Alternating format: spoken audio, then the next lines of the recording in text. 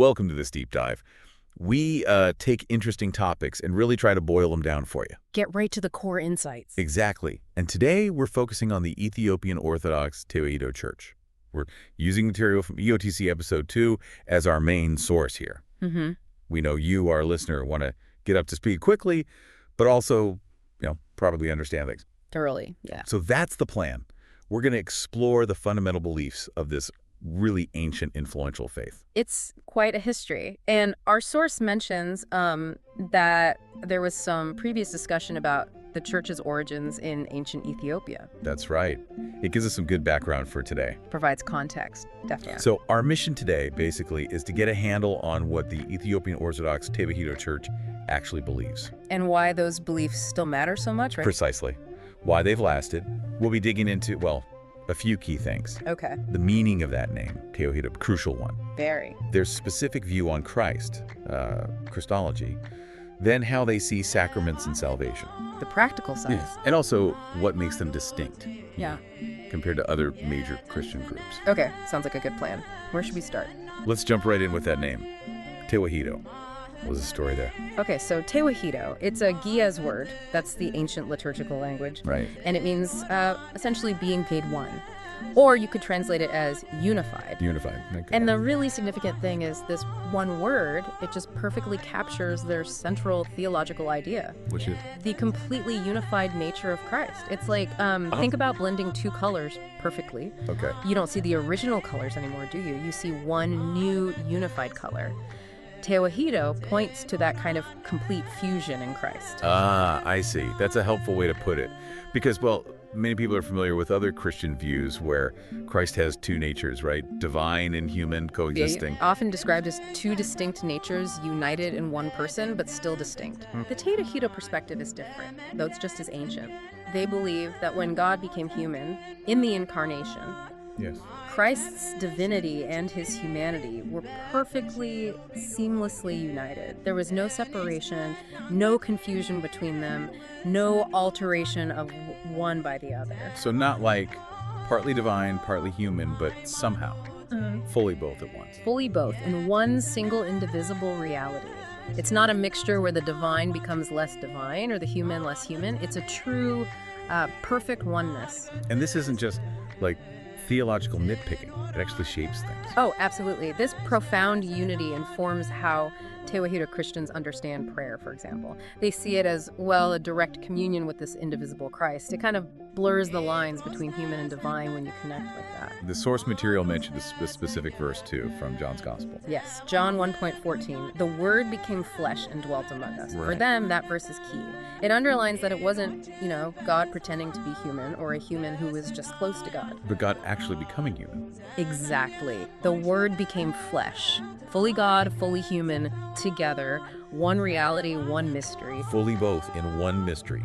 That phrase captures it. It really does. And this core idea, this unity, it's not just like one belief off to the side. It's foundational. It's absolutely the foundation. Everything else in their theology really flows from this understanding of Tewahedo. Okay, so that clarifies Tewahedo. It's all about that unity. Yeah. Let's then go deeper into their Christology, their specific understanding of Christ's nature. Right. So the term theologians often use for the Ethiopian Orthodox Tewahedo Church's stance is Miaphysite.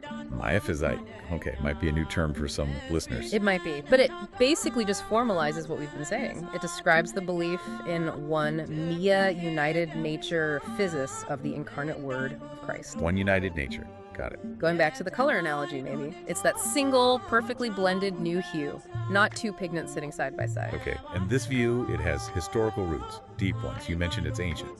Oh, absolutely. The source connects it strongly to the Council of Ephesus back in 431 AD. Ephesus, right. At that council, the early church really affirmed this idea. Christ is indivisible, one person, fully God and fully human. It was a defining statement.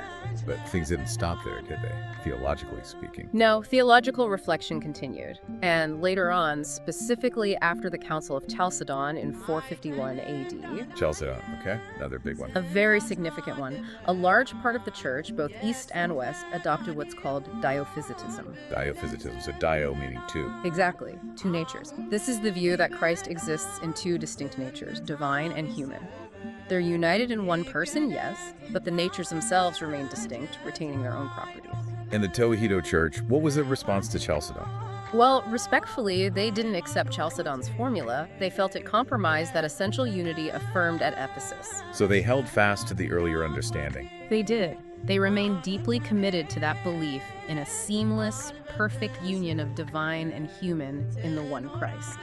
They saw Miaphysitism as the truer continuation of the early church's faith. It does raise a question, though. If the emphasis is so strong on unity, how do they avoid the idea that the divine and human just sort of blurred together into something neither fully divine nor fully human? Other traditions worried about that. That's a really important point, and their theologians have been very careful about that. They always add the qualifiers: united without confusion, without separation, without alteration. Okay. So the unity doesn't mean losing the distinctiveness entirely. It means the distinctiveness is held within the unity, perfectly integrated, not erased or mixed up. It's a fine point, but crucial for them. So if we were to summarize their Christology in a nutshell, It would be.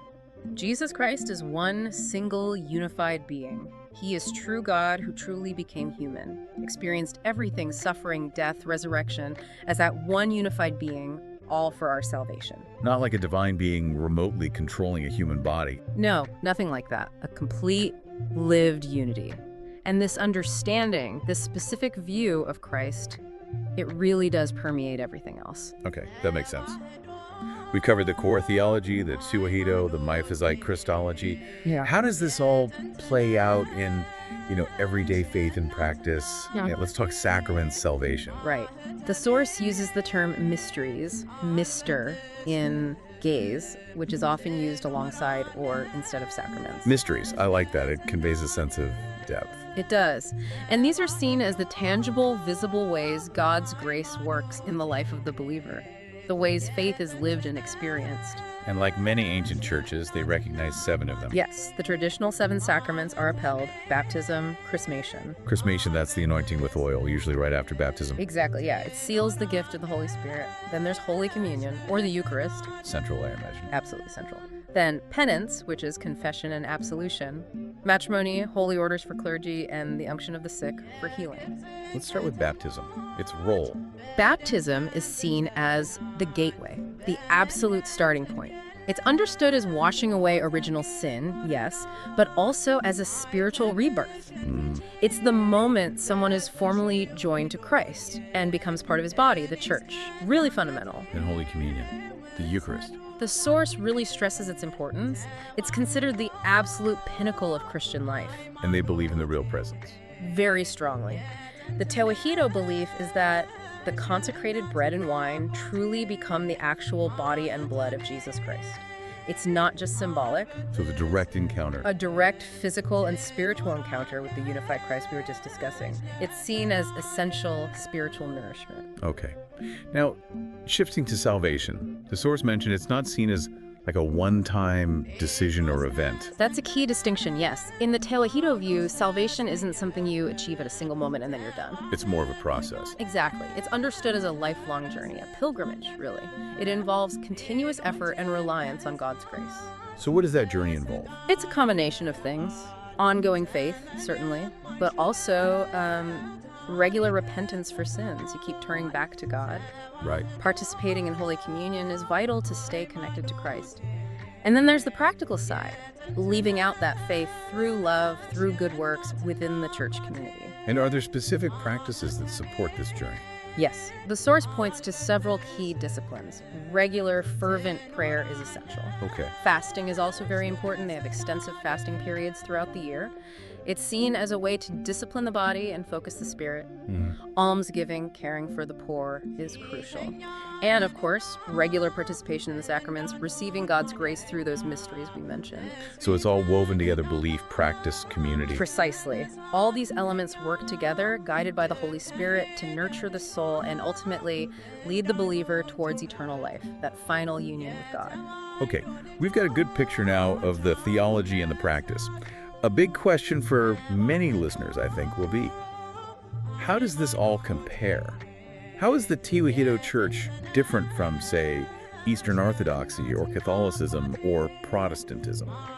That's a natural and important question. The source helps clarify some key areas of distinction. And the primary one goes back to what we started with. Exactly. The number one difference, the one everything else kind of hinges on, is Christology. Their Miaphysite understanding. Their unwavering commitment to that belief in the one unified nature of Christ, which differs from the Dyophysitic view held by Chalcedonian churches, Catholic, Eastern Orthodox, most Protestants. That historical divergence is fundamental. But it's not just theology, is it? There are other differences. Oh, definitely. The source points to their scriptural canon, for instance. Their Bible. Yes. The Ethiopian Orthodox Tewahedo Church has a unique Bible. It's larger than the Catholic or Protestant canons. Larger how? What's included? It includes books like the Book of Enoch and the Book of Jubilees, among others. Wow, Enoch. That's fascinating. It is. And these books are considered inspired scripture by the Tewahedo Church, offering unique perspectives on, well, things like prophecy, angels, and early history that you don't find emphasized in the same way elsewhere. So, different core theology, different scriptures. Yeah. What about worship? Liturgy.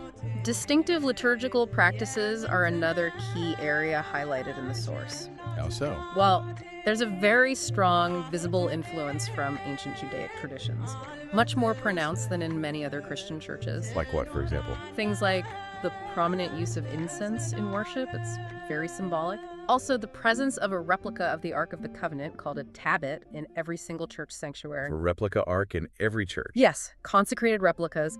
It's central to their understanding of God's holy presence. And then there are the specific cycles of fasting and feasting, which are quite extensive and have ancient roots. It sounds like it really reflects that unique blend of Jewish and Christian heritage in Ethiopia. It absolutely does. It points to the very early, unique historical development of Christianity there. And the source also mentioned something about the overall character of their spirituality. Yes. Tewahedo spirituality often has a particular emphasis.